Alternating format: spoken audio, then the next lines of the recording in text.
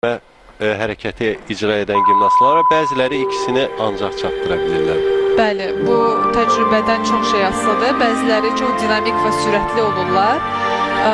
Çıxış zamanı 1 dəqiqə 30 saniyə ərzində daha çox alət çətinliyi eləyə bilirlər, amma qaydalara əsasən də müəyyən qədər alət çətinliyi və elementlərdən ibarət olmalıdır.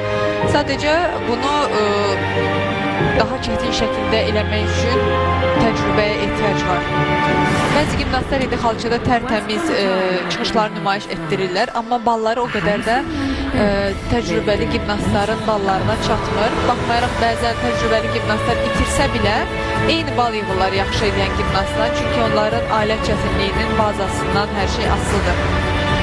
Gəlin indi Hanna Panna, Macaristan gimnastının çıxışını izləyək və O da tanınmış gimnastlardandır. bəli, Hanna Panna Azərbaycanda bir neçə dəfə yarışlarda olub, bizim arena içində.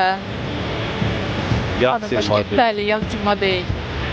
Sadəcə hələ ki, gözlərlə çıxışları çox da yaxşı getmir. Gəlin izləyək sona qədər.